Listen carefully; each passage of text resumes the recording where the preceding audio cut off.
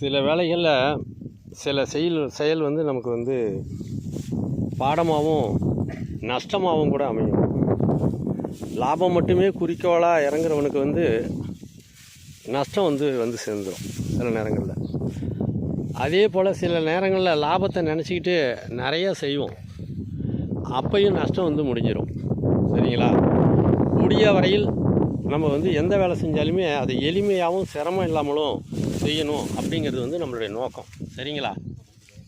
அப்படி தான் நம்ம ஒவ்வொன்றையும் கற்றுக்கணும்னு விரும்புகிறோம். ஏன்னா செய்யறதுக்கு கஷ்டமான ஒரு வேலையை வந்து நம்ம மனசே முதல்ல ஒத்துக்காது. அதுபோல் வேளாண்மையை ரொம்ப எளிமையாக்கணும் அப்படிங்கிற அடிப்படையில் நம்ம வேளாண்மையை கொண்டு வந்தோம். வேளாண்மை வந்து நடந்திருக்குது. எப்படி நடந்திருக்குதுன்னு பார்த்தீங்கன்னா தெரியும். களைகள் இருக்குது, களைகளுக்கு ஊட நெல் விளைஞ்சிருக்குது.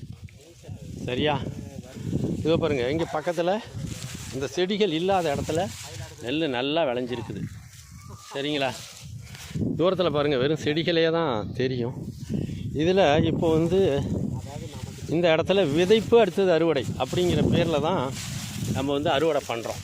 விதைப்பு அடுத்தது அறுவடை அப்படிங்கிற பேரில் தான் அறுவடை நடக்குது. சரிங்களா? இது வந்து பூங்கார் நெல். ஒரு 5 பேர் அறுக்கிறாங்க, 4 பெண்கள் ஒரு ஆண் அறுக்கிறாங்க. இது இந்த மாதிரி கொஞ்சம் செடிகள் இல்லாத இடம். இது வந்து களைகள் நிறையா உள்ளே இருக்கிற இடம். இப்போ என்ன ஆகும், ஏற்கனவே இந்த களையெல்லாம் நம்ம அப்புறப்படுத்தி பிடுங்கி வச்சுருந்தோம்னா இப்போ அறுவடை வந்து ரொம்ப எளிதாக இருக்கும். இப்போ இந்த செடிகளையெல்லாம் வேற இவங்க அறுத்து எடுத்தாகணும். அதில் உள்ள சிரமத்தை பாருங்கள், எவ்வளோ சிரமப்படுறாங்கன்னு பாருங்கள்.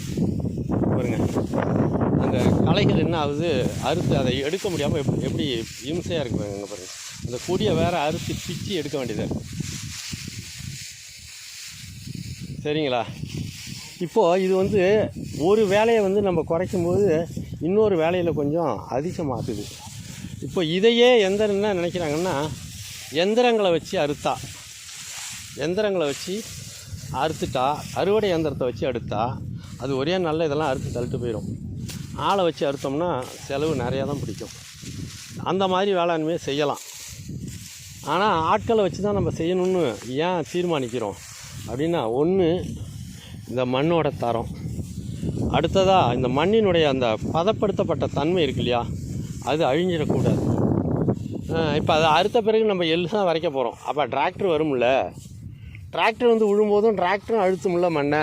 இப்படி வந்து ஒரு நியாயமான கேள்வி இதில் இருக்குது. இருந்தாலுமே கூட இந்த விளைஞ்ச நெல்லை அறுத்து எடுக்கிற முறை இருக்குல்ல, அது அறுவடை இயந்திரம் அறுக்கிறதுக்கும் இந்த மாதிரி ஆட்கள் அறுக்கிறதுக்கும் நிச்சயமாக வேறுபாடு இருக்குது. இது அறுக்க இந்த நெல் காஞ்சிக்கிட்டே இருக்குது.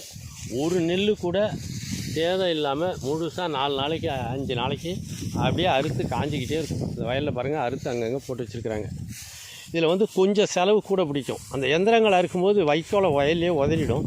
இப்போ நம்ம அறுக்கும்போது அந்த வைக்கோல் பத்திரமா இந்த கட்டெல்லாம் கட்டி போயிடும். இந்த செடிகள் மட்டும்தான். அதுலேயும் சில இடத்துலலாம் பார்த்திங்கன்னா செடிகளெல்லாம் அறுத்து வச்சுருப்பாங்க. இப்போது இது நம்ம உழுதுட்டு எள்ளு வரைக்கும்போது இந்த மண்ணோட மிருது தன்மை வந்து கொஞ்சம் கூட மாறாது. சரியா? இதில் ஒன்றில் கொஞ்சம் செலவு அதிகமாக பிடிச்சாலும் அது வேறொரு இடத்துல அடுத்த வருவாய் வரும்போது நன்மையாக வரும்.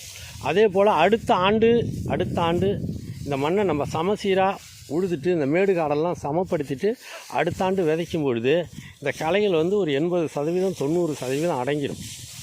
சரியா?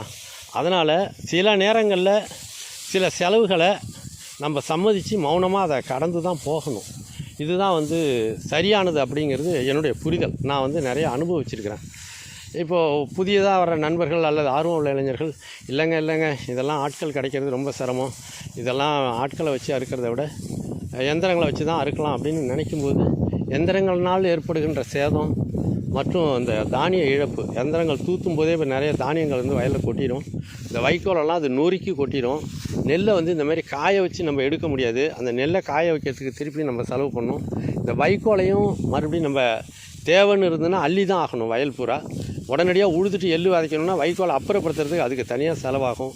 இதையெல்லாம் நம்ம யோசித்து பார்க்கும்போது நம்ம வந்து ஆட்களை வச்சு அறுக்கிறதே சிறப்பு அப்படிங்கிற முடிவில் வந்துடுறோம்.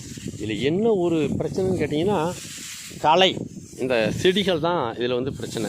அதுக்கு பதிலாக இந்த பக்கத்து வயலெல்லாம் பார்த்திங்கன்னா அந்த செடிகளே இல்லை. இந்த அடுத்த வயலெல்லாம் அது வந்து ரொம்ப சுலபமாக சீக்கிரமாக அறுவடை போயிடும்.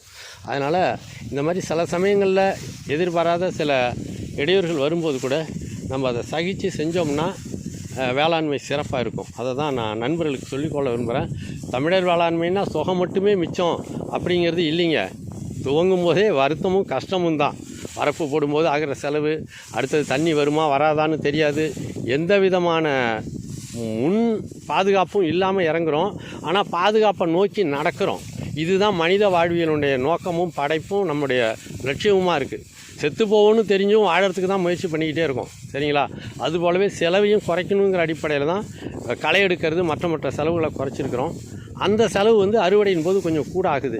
இதை எந்திரமாக அறுத்தா லாபம் தானேன்னா, எந்திரத்துக்கு பின்னால் ஆகிற செலவு வைக்கோலை குமிக்கிறது, நெல்லை காய வைக்கிறது, மறுபடியும் மண் பதப்படுறது, அடுத்தது உடனடியாக வைக்கோலை அள்ளி அப்புறப்படுத்திட்டு உளுந்து பயிர் விதைக்கிறதுக்கு தயாரிக்கிறது, இப்படி அடுத்த கட்ட செலவுகளை பார்க்கும்பொழுது இது ஆட்களை வச்சு அறுக்கிறது தான் கொஞ்சம் கஷ்டமாக இருந்தாலும் பரவாயில்ல. இப்போ இதில் களைகளே இல்லைன்னா இந்த ஆட்களை வச்சு அறுக்கிறதுல நம்மளுக்கு நஷ்டம் வராது. ஏன்னா செலவு இவ்வளோ ஆகாது. இன்னும் சீக்கிரமாக விரைவாகவும் அறுத்துருவாங்க. இதை வந்து அவங்களும் புரிஞ்சுப்பாங்க. அவங்கள்ட்டையும் நம்ம சொல்லிட்டு தான் இருக்கிறோம். சரி, அறுத்த உடனே எடுத்து போடுறதுக்கும் இது மாதிரி ஒவ்வொரு தடவையும் கொடியை பிடுங்கிக்கிட்டு கொடியை அப்புறப்படுத்திட்டு ஒவ்வொரு தடையும் கொடியை விலக்கி எடுத்துகிட்டு பண்ணுறதுல வந்து கொஞ்சம் நேரம் வந்து அதிகமாக தான் ஆகுது. சரியா? பாருங்கள், ஒவ்வொரு தடையும் கொடியாக அறுக்கிறதே வந்து இன்னும் ஒரு பாதி அறுவடையை வந்து தடுக்குது. ஒவ்வொரு தடையும் அறுத்து அப்படியே உடனே போடுறதுக்கும் கொடிகளை எடுத்து தனியாக பிரித்து அதுக்கப்புறம் எடுத்து போடுறதுக்கும் வேறுபாடு இருக்குது. அந்த கொடியையும் சேர்த்து நம்ம காய வச்சு நல்லா ஒரு 4-5 நாளைக்கு காஞ்ச பிறகு தான் கட்ட போகிறோம். அதனால் தானியம் வந்து 100% பாதுகாப்போடு வருது. இந்த அடிப்படையில் இதுவும் வந்து ஒரு வகையில் கஷ்டமாக இருந்தாலும் அடுத்தடுத்த ஆண்டுகளில் இந்த களைகளுடைய கட்டுப்பாடு முழுமையாக கட்டுப்படுத்தப்பட்டுரும். அடுத்த ஆண்டு இந்த பதிவை நம்ம மீண்டும் இதே நிலத்தில் கொண்டு வருவோம்.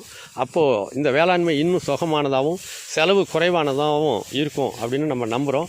அதை தொடர் பதிவுகளை நம்ம சந்திப்போம் நண்பர்களே. சரியா? அதனால் வேளாண்மை என்பது இன்பத்தையும் லாபத்தையும் நோக்கி நகர்ந்து கொண்டே இருக்கிறது. சரியா?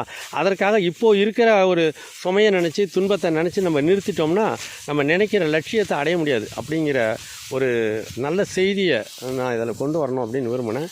அதை நம்ம புரிஞ்சிக்கலாம். தொடர் பதிவுகளில் இது லாபமாக போகணும். நம்ம கற்பனையிலே மட்டுமே நம்பிட்டு இருக்கக்கூடாது. அதையும் நம்ம சந்திக்க போகிறோம். சரியா? நன்றி, வணக்கம்.